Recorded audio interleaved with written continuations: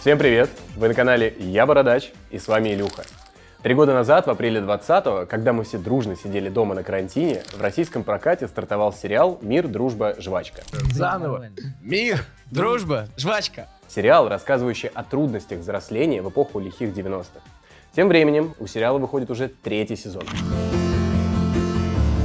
Все, Илюх, вырос наш мальчик. Смотря МДЖ, кто-то ностальгирует по своей молодости, видя миллион примеров того времени. Кто-то же, напротив, ругает сериал за неправдоподобность. В общем, кто о чем, а мы, как всегда, о прическах. И сегодня рассмотрим стрижки героев сериала и порассуждаем о том, какие прически были в моде в 90-х. Погнали! Что это такое на лице? Неужели вообще нельзя вот это вот все убрать? Санька Рябинин. Номинально наш главный герой, ведь именно вокруг его семьи строятся все приключения. Санька – парень с высокими идеалами и обостренным чувством справедливости, поэтому столкновение с миром 90-х не всегда проходит для него гладко. Выходи, не ссы, мы тебя не тронем. Санька носит такую модную нынче стрижку – шторки. Правда, в первом сезоне носит он ее на косой пробор, вариация стрижки под названием квиф, а во втором по классике, симметрично разделяя волосы по сторонам лица. За эту стрижку многие ругают данный сериал, но, тем не менее, давайте вспомним, как выглядел Леонардо Ди Каприо в дневнике баскетболиста 95-го года. Отдай. Мама! Так что даже в годах все сходится. Считается, что стрижка шторки произошла от стрижки под горшок. Правда, для классической стрижки под горшок характерно отсутствие пробора. Все волосы выстригаются и распределяются по одинаковой длине от одной точки на макушке. При стрижке же шторки пробор носится ровно посередине головы. Как говорится, ничто не ново под луной. Кому подойдет стрижка шторы?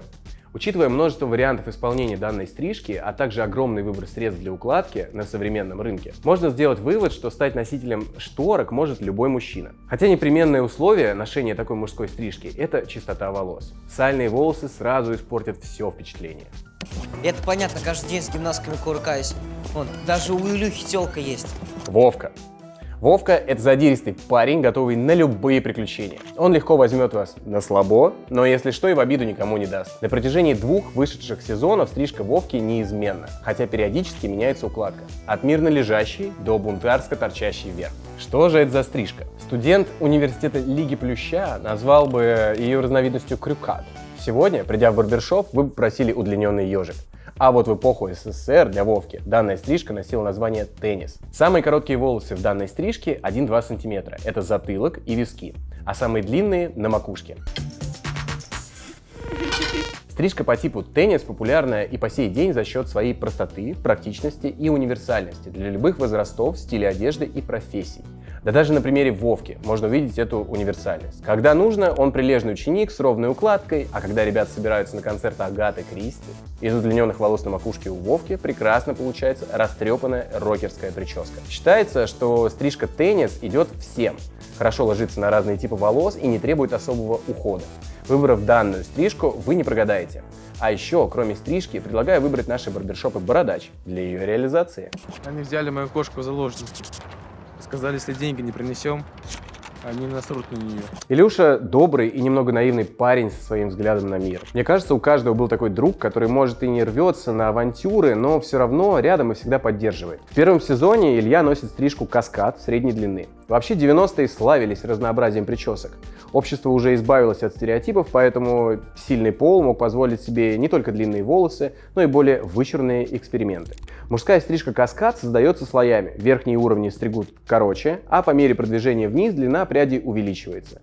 Часто для усиления эффекта делают филировку, тем самым облегчая концы. Если подобрать правильно длину и количество слоев данной стрижки, мужчине можно скорректировать любые недостатки. Однако, каскад требует за собой ежедневного ухода. Хотя данную прическу не тяжело укладывать, нужно делать это каждый день, регулярно мыть голову, а также вовремя посещать барбера для корректировки формы.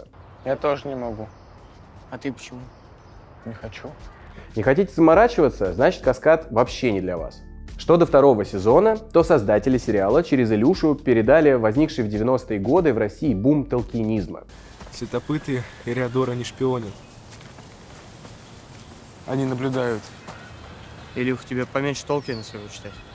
Илья во 2-м сезоне называет себя Леголасом и носит эльфийскую прическу. Длинные волосы, частично собранные в хвост и распущенные в затылочной части. Интересно, что эта прическа, которую делают уже не 1 десяток лет многие девчонки, изначально была мужской и пришла из Азии. Считается, что первым укладывать волосы в пучок или хвост на макушке, оставляя распущенные пряди, стали древние японцы. И там данная прическа называется хан. Так что, возможно, японцы – потомки эльфов. Эта прическа в настоящее время пользуется успехом у мужчин. Она не только эффектно выглядит, но и очень удобна, ведь даже в распущенном состоянии волосы не мешают. Что касается укладки, тут, возможно, легче, чем с каскадом. Но все равно длинные волосы требуют регулярного ухода по всей длине. Зато какой простор для экспериментов и самовыражения.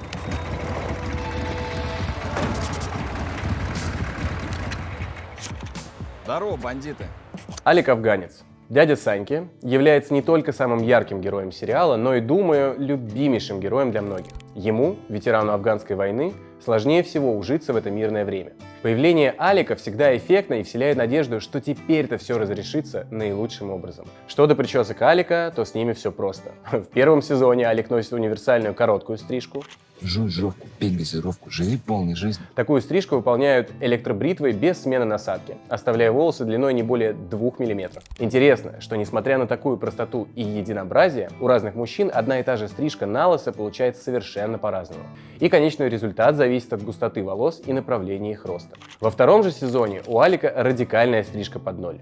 Но чтобы достичь такого же блестящего эффекта, электрической машинки недостаточно. Остается длина около 1 мм. Для того, чтобы получить реальный эффект под ноль, придется дополнительно использовать опасную бритву. Однако, если на голове есть родинки, барберу нужно быть особенно аккуратным, чтобы не возникло печальных последствий.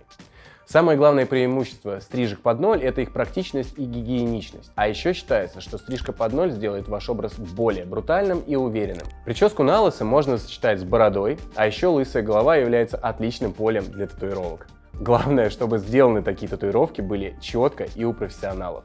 Ну и в заключение, помимо перечисленных стрижек, в сериале встречаются британка, боб, ежик, а еще множество видов бород и усов. Но это уже совсем другая история. А на этом все. Пишите в комментариях, сколько вам было лет на момент действия сериала, если смотрели, какие впечатления о сериале, а также про какие стрижки из фильмов и сериалов вам было бы интересно послушать еще.